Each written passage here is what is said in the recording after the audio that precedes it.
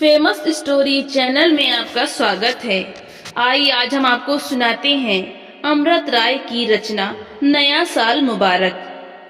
कहने की जरूरत नहीं, नया साल मुबारक, पुराने का मुंह काला, यही दुनिया का कायदा है और कैसे न हो। जरा मिलाकर देखो दोनों को, यह देखो नया साल गुलाबी गुलाबी और वो रहा तुम्हारा पुराना साल चीकट मटमैला। नया साल झबरे झबरे बालों वाला ऊंची नस्ल का नन्हा मुन्ना प्यारा सा पपी है, जिसे बरबस गोद में उठा लेने को जी चाहता है। ऊन के गोले जैसा गरम गुदगुदा और वो पुराना सर खुजली का मारा लीबर बहाता मरियल बूढ़ा लावारिस कुत्ता जो हर घर से दुराया जाता है। नया साल हरी भरी धूप की बीथी है, जिस पर अगल बगल रंग बिरंगे सुगंधित फूलों की लताओं ने मंडप सतान रखा है, और पुराना साल कीचड़ और काई से ढका हुआ वो उबड़ खाबड़ कंकरीला रास्ता जिसे पीछे मुड़कर ताकते डर लगता है। नया साल एक अनजाने सुख की सिहरन है, पुराना साल भोगे हुए कष्टों की एक कड़ी।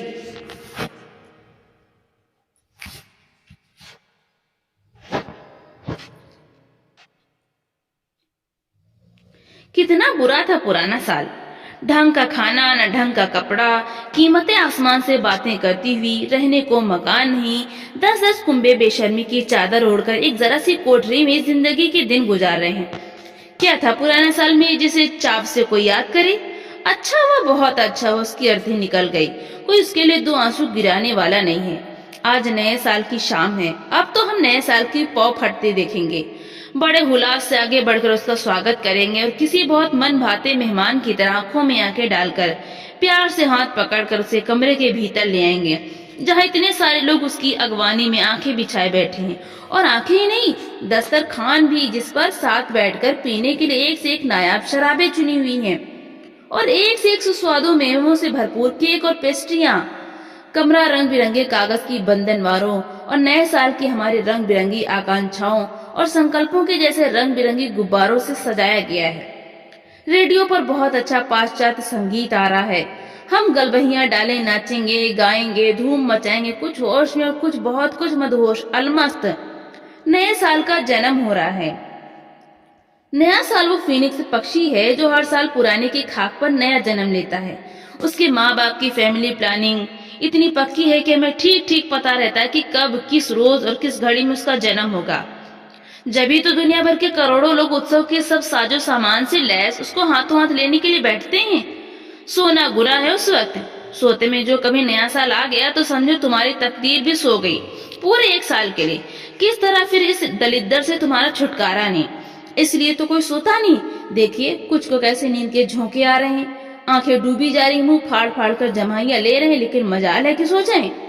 सिगरेट और कॉफी से, विस्की की चुस्की से, ब्रिज और रमी से, इसके उसके स्कैंडल की मनमोहक चर्चा से और घिसे पिटे चुटकुलों पर चौगुने जोर से हंस हंस कर नींद को भगाया जा रहा है। ज्यों ज्यों घड़ी का कांटा आधी रात यानी 11:60 की तरफ बढ़ रहा है, त्यों त्यों नाच और गाने की लय तेजतर होती जा रही है। और लो, यहाँ वहाँ सब तरफ 12 के घंटे बजने लगे। नए साल का जन्म हो गया। देखो देखो कैसा प्यारा सा बच्चा है, मक्खन जैसे हाथ पांव, गुलाब की पंखुड़ियों जैसे होंठ, कैसे अजनबी सी भोली भाली आंखें, किसी मीठे नश्तर की तरह उतरा जाता है दिल में। दुनिया की सर्दी गर्मी का भी उसे कुछ पता नहीं। अभी तो उसकी आंखों में वही हरम का बाग भूल रहा है।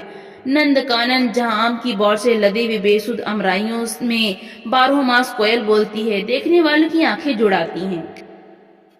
पर मैं अपनी उल्टी तबीयत को क्या करूं, मैं तो उस गरीब भिखमंगे की तरह बात सोच रहा हूं जिसे हमने अभी अभी बगैर कफन के दफनाया है, जो अभी अभी बुझे हुए कोयले की तरह, चूसी हुई गंडोरी की तरह दूर इस कोने में फेंक दिया गया है, उस तह पर तह राख की ढेरी पर जिसका नाम समय है।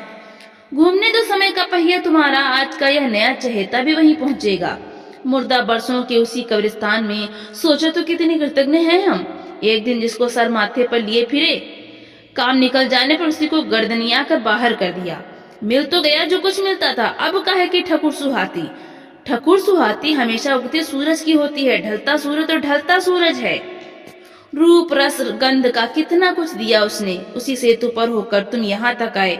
अपने को तिरोहित करके उसने इस नए वर्ष को तुम्हारे लिए संभव बनाया, पकाया, तुम्हें प्रौढ़ता दी। 1 वर्ष के जीवन अनुभव से उसकी इतनी अवमानना क्यों इस अंत समय? कल जो मेहमान आ रहा है उसके स्वागत सत्कार के लिए क्या ये जरूरी है कि घर के बड़े बूढ़े को धकिया कर कहीं से सबसे अलग एक भूसे की कोठरी में बंद कर दिया जाए? एक अजनबी के वास्ते, भले ही वो जरी और कमखाब पहनकर आया हो।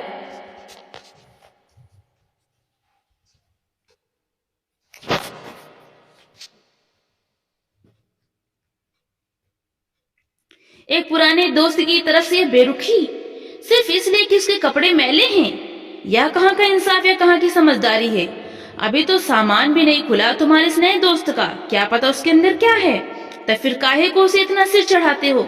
जो कहीं धोखा दिया उसने तब। थोड़ा शंकित रहना ही अच्छा है ऐसे अजनबी से। बहुत बहुत जरूरी है यह हाथ भर की दूरी। हमारे घर आए हो अच्छी बात है, हम तुम्हारे साथ भलमनसी से पेश आएंगे, अपने बराबर में कुर्सी पर बिठाएंगे, नाम गाम पूछेंगे। पूछेंगे कौन ठाकुर हो, किधर गांव में तुम्हारे घर है, ओले पाले सूखे बूढ़े की बातें करेंगे, तश्तरी में रखकर 5 सुपारी भी पेश करेंगे। मगर बस 5 सुपारी दिल नहीं अपना। इतना संयम जरूरी है, समझदारी इसी में है। होगी जहाँ होगी, आदमी तुम्हें तो नहीं है, वहीं पर तो असल पेंच है। किसी घोंघा बसंत ने कहीं पर लिखा है कि आदमी सबसे समझदार जानवर है। बिल्कुल गलत बात है। पढ़ा लिखा होगा, ज्ञानी होगा, समझदार नहीं है। दूसरे तमाम जानवर यानी कि कीड़े मकोड़े तक उससे ज्यादा समझदार होते हैं। कभी अपने किसी शिकारी दोस्तों से पूछिएगा शेर कब और क्यों आदमखोर हो जाता है? इसलिए कि आदमी सबसे आसान चारा है। इसलिए कि अपने उस घायल या टूटी हुई हालत में वो दूसरे किसी जानवर का शिकार नहीं कर सकता। सब आदमी से ज्यादा चौकन्ने होते हैं और खटका पाते ही भाग निकलते हैं। असल नासमझ भुग्गा गाउदुम आदमी है। छोड़े जंगल की दुनिया को, अपनी रोज की दुनिया में आइए। कुत्ता, बिल्ली, बंदर, चील, कौवा, गिलहरी, शाही, गौरैया, खटमल, मक्खी, मच्छर आप मार सकते हैं। इसमें से एक को भी।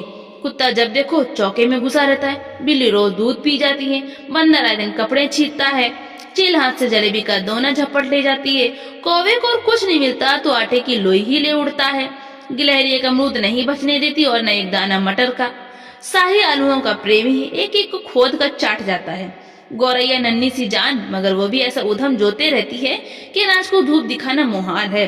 क्या क्या उपाय न किए होंगे इनको पकड़ने के, मगर सब बेकार।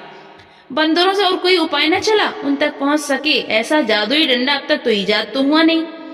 तो सोचा पत्थर मारो, सो बंदरों का तो बाल भी बांका न हुआ। घर के बस शीशे टूट गए। इधर कुछ महीनों से काना कुत्ता बहुत टहला हुआ है। सब करके हार गए मगर वो अपनी आदत नहीं छोड़ता। एक दिन मैंने अपने को बहुत लज्जित किया, ललकारा और एक मोटा सा चैला लेकर घात में बैठ गया। आज इसी से बच्चों की टंगड़ी न तोड़ी तो मेरा नाम नहीं। कनवा आया और अपने समय से ही आया और ऐसा तक्कर चैला फेंका कि आज दिन से हमारा बुढ़ा जमादार लल्लू अपनी टंगड़ी लिए घर बैठा है और हम अपने हाथों गुसलखाना भी पहुंच रहे हैं। हमारे बड़े भाई साहब शिकारी हैं। शाहियों को उत्पाद देकर आलू का आधा खेत खोद डाला कमबख्तों ने। उनको हम पर बड़ी दया आई और उन्होंने हमको इस संकट से उबारने का बीड़ा उठाया। दिन भर 2 आदमी लगे रहे। खेत के आसपास बड़ी सी एक खाई खोदी गई और रात को भाई साहब घर में अंधेरा करके टार्च बंदूक लेकर शाही का शिकार करने बैठे। परम आश्वस्त की शाही मातम करने खाई की ओर भागी। शाही के पाप का घड़ा भर गया और अब उसकी विनाश की घड़ी आ गई। हम सब सोते चले गए। सवेरे जैसे ही आंख खुली हम लोग शाही का मातम करने खाई की ओर भागे और क्या देखा कि भाई साहब कीचड़ में सने कराहते बेदम पड़े थे। वो पूछना भी ठीक नहीं लगा कि यह सब क्या हुआ और शाही कहाँ गई। लात फांद कर उनको घर में लाए और हफ्तों उनकी सेक बांध चलती रही। तब से मुझको बराबर लगता रहा है कि हो न हो जो दूसरों के लिए गड्ढा खोदता है वाली कहावत जरूर किसी शाही की बनाई हुई है। यानी कि अगर कोई शाही भी लिख पढ़ सकता है, अब कहिए आलापेंगे आदमी की समझदारी का रंग। मगर नहीं, देखता हूँ कि अब भी आपकी आंखों में थोड़ी सी विश्वास की चमक बाकी है। चलिए छोड़िए इन घरेलू जानवरों को, कीड़े मकोड़ों पर आइए। खटमल को क्या कहिएगा जो करोड़ आदमियों की नींद हराम किए हुए, जैसे कि हिटलर ने भी क्या की होगी। मगर मारने चलिए तो हाथ नहीं आता। देखते देखते नजर से ओझल हो जाता है कि जैसे कोई सिद्धि हो उसके पास, और जो आपने कभी भूले से उसको पा भी लिया और पनाही जमा भी दी तो 100 में 99 बार मरता नहीं। बस नाटक के प्राणायाम साधे पड़ा रहता है और आप जरा सा अनुचित्य हुए कि वो आपको साफ बुत्ता देकर अपनी राह लगा। और मच्छर, उसका तो कुछ कहना ही नहीं। एक भी जो घुस पाया मच्छरदानी में तो समझिए कि भोर हो गई। सारी रात आप उठकर बैठेंगे, कभी दिया सलाई और कभी चोर बत्ती जलाएंगे। रात भर फटाफट की आवाजें आएंगी मगर मच्छर एक भी हाथ ना आएगा। पूरा छापे मार है वो कि जैसे कैसे ट्रेनिंग लेकर आया हो, और वो भी अभिमन्यु जैसी कच्ची अधूरी ट्रेनिंग नहीं कि आप दुश्मन के चक्रव्यूह में घुस गए मगर निकलने का ढंग नहीं आता। मच्छर माँ के पेट में पूरी ट्रेनिंग लेकर आता है। आप 7 नहीं 70 महारथी खड़े कर दीजिए, मच्छर को आप मनमानी करने से नहीं रोक सकते। जहाँ चाहेगा जाएगा, जो चाहेगा करेगा, और शत्रु सेना को ध्वस्त और विपर्यस्त करके जब जिधर निकलना चाहेगा निकल जाएगा। आप एक बार हवा को भी रोक सकते हो, मच्छर को नहीं रोक सकते। यह आकस्मिक बात नहीं है कि हमारी भाषा में मच्छर की तुक का एक और शब्द मिलता है, अच्छर, जिसको हमारे यहाँ ब्रह्म कहा गया है। वैसे ही अनंत उसकी महिमा है। घर की जाने कितनी जली हुई मच्छरदानियां उसके अदम्य शौर्य की कहानी कह रही हैं। और अंत उस नैश महाभारत का सदा यही हुआ है कि मैं हार कर मच्छरदानी के भीतर चादर मुंह से ओढ़कर सो गया हूँ। जितना उस परम प्रतापी मच्छर से बचने के लिए, उतना ही अपने मुंह की शर्म छिपाने के लिए। जब भी तो मैं कहता हूँ और कुछ झूठ नहीं कहता। खुद अपने मन को टटोल कर देखिए। समझदारी में आदमी मच्छर के संग तो क्या, पासंग में भी नहीं बैठता। रही मक्खी, सो उसको तो आदमी की नाक से खास मोहब्बत है। सारी दुनिया छोड़कर वो जब बैठेगी तब आदमी की नाक पर, शायद उसके दर्प को चूर्ण करने के लिए ही, क्योंकि आदमी को सबसे ज्यादा घमंड अपनी नाक का ही होता है। कोई बात मन के खिलाफ हुई नहीं कि उसकी नाक सबसे पहले कटती है। लिहाजा मक्खी जब बैठेगी तब ताक कर वहीं उसकी नाक पर। आपने हाथ मारा, उड़ गई। आप कुछ करने लगे, फिर आ बैठी। आपने फिर हाथ मारा, फिर उड़ गई। आप फिर कुछ करने लगे, वो फिर आ बैठी। यही मक्खी का ढंग है, जैसा कि एक सच्चे ग्रही का होना चाहिए। हिंसा का लेश नहीं उसमें, ना काटे और ना डंक मारे, बस आकर बैठ जाती है। इस पर भी अगर किसी को आपत्ति हो तो ये उसका अन्याय है। अच्छे धांधली ये 2 घड़ी किसी को बैठने भी ना देंगे। क्या लेती हूँ किसी का, चुपचाप बैठी तो रहती हूँ। उसमें भी आपकी नाक कटी जाती तो फिर ठीक है, हो जाए एक बार निपटारा कि यह खेत किसका है। और बिगुल बज गया। लड़ाई शुरू हो गई। अब आप है कि हाथ चलाए जा रहे हैं, पैर पटके जा रहे हैं, सर झटके जा रहे हैं, मगर मक्खी है कि आपको दम नहीं लेने देती। फिर आप पंचक्की की तरह दोनों हाथ फटकारने लगते हैं और मक्खी बदस्तूर अपना काम किए जाती हैं। यहाँ तक कि अब आपके दिमाग की नसें फटने लगी हैं। आप पागल हुए जा रहे हैं। आपको लग रहा है कि जीने से तो मर जाना अच्छा है, और आप छुरी उठा लेते हैं कि उस नाक का ही सफाया कर दें। मगर फिर कुछ सोचकर आप रुक जाते हैं और भाग निकलते हैं, और मक्खी इतने पर भी आपका पीछा नहीं छोड़ती। आखिरकार मैदान उसी का हाथ रहता है। मानव जाति के सारे इतिहास में आज तक आदमी मक्खी संग्राम में कभी आदमी की जीत नहीं हुई। जो लोग निठल्लेबाजी को मक्खी मारना कहते हैं, उन्होंने शायद कभी मक्खी मारी नहीं, वरना ऐसी निठल्लेबाजी की बात न करते।